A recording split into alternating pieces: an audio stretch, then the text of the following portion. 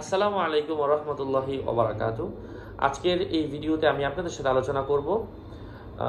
এই প্রশ্নটা আজকে আমাদের কাছে পাঠিয়েছেন মোহাম্মদ ফাহিম সাহেব সরাসরি ফোনের মাধ্যমে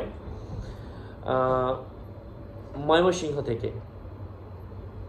তো গরমের মধ্যে অনেক মানুষ বেশি বেশি গোসল করে, হ্যাঁ, গোসল, বৃষ্টি হওয়ার জন্য গোসল করে, এটাই তো, হ্যাঁ, পুতুল গোসল করায়। আচ্ছা, এটাই প্রশ্ন। আর আচ্ছা, বৃষ্টি হওয়ার জন্য পুতুলকে গোসল করায়।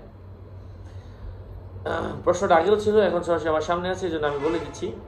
পুতুলকে গোসল করায় বৃষ্টি হওয়ার জন্য। তো এভাবে যদি কেউ কোনো পুতুলকে গোসল করে, এটা আসলে একটা বিদআহ, কুল্লু বিদআতিন দালালা। প্রত্যেকটা গুমরাহি, প্রত্যেকটা বেদাত হচ্ছে আসলে গুমরাহি। এর কোনো প্রমাণ কোরআনের মধ্যে, হাদিসের মধ্যে আদৌ পর্যন্ত খুঁজে পাওয়া যায় না, এবং কোনো নবী রাসূল এমন করে না। সুতরাং এটা নাজায়েজ এবং হারাম, বিশ্বাস করা যাবে না। বৃষ্টি আল্লাহর পক্ষ থেকে এমনিতেই হবে। বৃষ্টি আল্লাহর হুকুম ছাড়া একটা গাছের পাতা যেমন পড়ে না, মা ওমা তাসকুতু মিন ওয়ারাকাতিন ইল্লা ইয়ালামুহা ওমা তাহমিলু মিন উনসা ওয়ালা তাদউ ইল্লা বিইলমিহি। কোরআন কারীমের মোটামুটি এমন একটা আয়াত এসেছে যে আল্লাহ তাআলা হুকুম ছাড়া গাছ থেকে একটা পাতা পড়ে না, কোনো নারী গর্ভ ধারণ করে না। তো এমন অনেক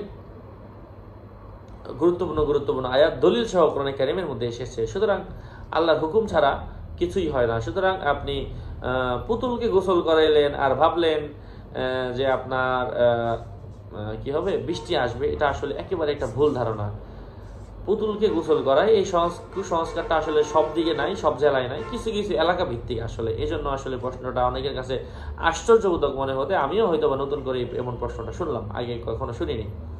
আল্লাহ পাক আমাদেরকে বোঝার তৌফিক দান করেন। আরো আপডেট পেতে আমাদের সাথেই থাকবেন। আসসালামু আলাইকুম ওয়া রাহমাতুল্লাহি ওয়া বারাকাতুহু।